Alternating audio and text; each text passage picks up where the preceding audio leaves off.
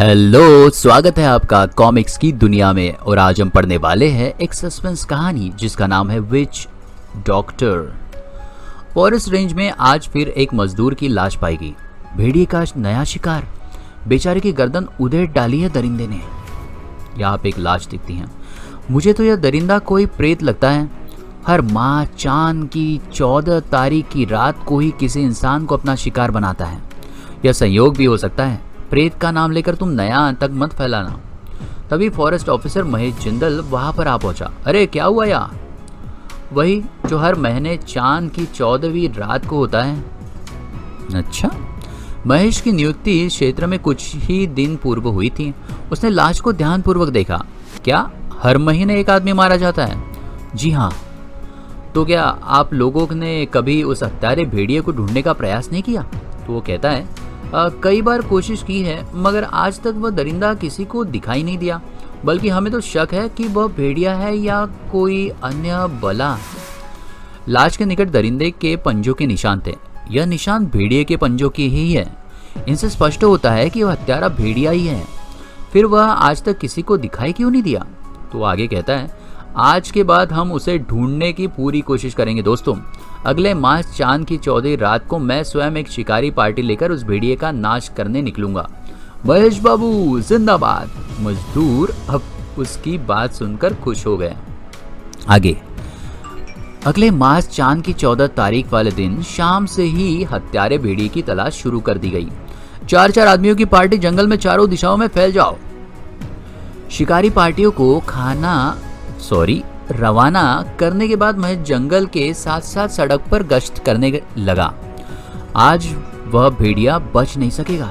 कुछ ही देर में आकाश पर 14वीं का चांद उभर आया। कितना सुंदर दृश्य है, ऐसा कहता है महेश। ड्राइव करते हुए चांद की ओर देखना उसे महंगा पड़ा क्योंकि गाड़ी टकरा गई एक पेड़ से। शिट, रेडिएटर टूट गया है। अब जंगल में पैदल चलने पर विवश था। इस दिशा में आई हुई शिकारी पार्टी को ढूंढ निकालूं तो अच्छा रहेगा, नहीं तो अकेला फंस जाएगा महेश। अचानक उसे जोर से चौंकना पड़ा।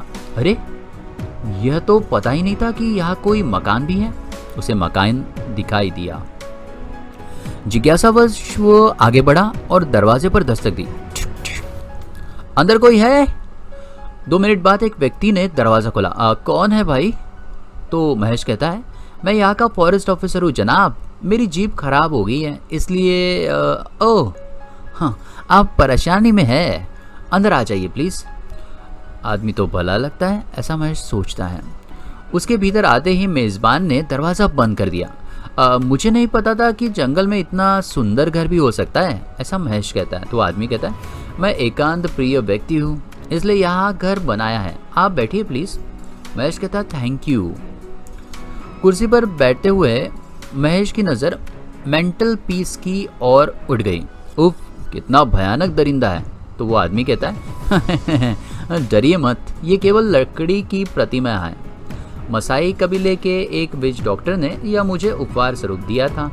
महेश कहता है मसाई कबीला? यह तो शायद अफ्रीका के जंगलों में पाया जाता है। वो कहता है ठीक कहा आपने। दरअसल मेरे जीवन का अधिकांश समय पश्चिमी अफ्रीका में गुजरा है और मैं वहाँ के जंगली कबीलों पर रिसर्च करता रहता हूँ। महेश आगे कहता है आप जंगलियों के बीच जाते हैं? वो कहता है हाँ, विच डॉक्टर गिलाची मुझे जंगल में ही मिला था। उसी ने मुझे यह प्रतिमा भेंट की। उसका दावा है कि वह अपनी इच्छा से चीता, भेड़िया, बंदर या किसी भी जानवर का रूप धारण कर सकता है। तो महेश हंसता है। वह अवश्य झूठ बोल रहा होगा क्योंकि ऐसा करना किसी इंसान के वश में नहीं है। तो आदमी कहता है तो फिर मैं कहूँगा कि तुम अफ्रीका के विच डॉक्टरों को नहीं जानते। तो महेश कहता है मैं उनके विषय में बहुत कुछ पढ़ा है। वे लोग थोड़ा बहुत जादू जानते हैं और अपनी चालाकी से कुछ करतब भी दिखा लेते हैं। वो आदमी कहता है तो फिर मैं कहूँगा तुम उनके बारे में बहुत कम पढ़ा है। मैं विच डॉक्टर की बात कर रहा हूँ, वह इंसानी खून भी पीता था और क्या मिस्टर, वह भेड़िए भी बन जाता था। यह मैं नहीं मान सकता। वो कहता है तुम्हें मानना ही पड़ेगा क्योंकि यही सत्य है। महेश कहता है मस्तिष्क को सुकून देने के लिए महेश ने कुछ क्षण के लिए आंखें बंद की थी कि अचानक उसके नथुनों में एक अजीब सी गंध घुसी। ये बदबू। आंखें खोलते ही उसकी नजर सामने बैठे व्यक्ति के हाथों पर पड़ी। ए उसके सामने बैठा इंसान धीरे धीरे भेड़िया बनता जा रहा था, कुछ इस तरह से। कुछ ही क्षणों में वह पूर्ण भेड़िए में बदल गया। हे भगवान! महेश के मस्तिष्क में तुरंत ही विचार उभरा। फिर विच डॉक्टर गिलाची खून की अपनी प्यास बुझाने के लिए भारत आ पहुंचा है और यही हर महीने हमारे मजदूरों का खून पी रहा है। अचानक ही भेड़िए ने उस पर छलांग लगा दी। महेश फुर्ती के साथ कुर्सी पर से लुढ़का और नीचे गिरते उसने कुर्सी को लात मारी और वो भेड़िए से टकराई। भेड़िए को कुर्सी से उल्टा देखकर उसने दरवाजे की ओर छलांग लगाई। शिकारी पार्टी को मदद के लिए लाना होगा, मगर वह दरवाजा खोलने में सफल नहीं हो सका। उफ, यह तो जाम हो गया। वो भेड़िया उस पर लपकता है, तभी उसने पीछे घुर्राहट उभरी। एक बार फिर उसकी फुर्ती ने उसे बचा लिया। भेड़िया टकराता है दीवार से, दरवाजे से। आतिशदान के निकट पहुंचते ही उसके हाथ लोहे की जंजीर लग गई। मार डालूंगा। भेड़िए ने एक बार फिर छलांग लगाई, लेकिन उसने लोहे की जंजीर भेड़िए पर मारी। चोट खाकर भेड़िया और उग्र हो गया। तभी महेश के हाथ में थमी जंजीर मेंटल पीस पर रखी भेड़िया की प्रतिमा से टकराई और वो प्रतिमा नीचे गिर गई। यहाँ पे धड़ाम। प्रतिमा फर्श पर गिरने के साथ ही उसकी ओर बढ़ता भेड़िया भी इस प्रकार लुढ़क गया जैसे किसी अदृश्य दीवार से टकराया हो। प्रतिमा गिरी तो भेड़िया भी गिर गया। महेश ने लपक कर प्रतिमा को उठा लिया। प्रतिमा से इस भेड़िए का अवश्य कोई संबंध है। भेड़िया चिल्लाता है।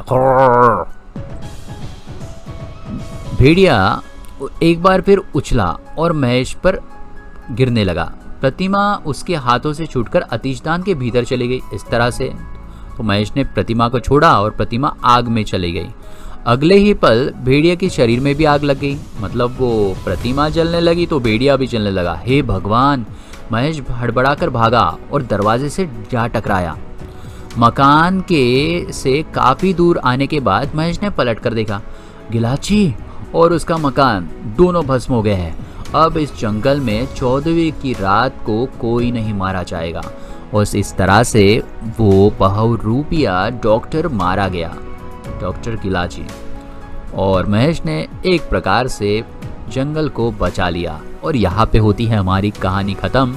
मिलते हैं अगले कहानी में नई डार्क टेल्स के साथ। तब तक अपना ख्याल रखिए। शबा खैर, टेक केयर, बाय बाय।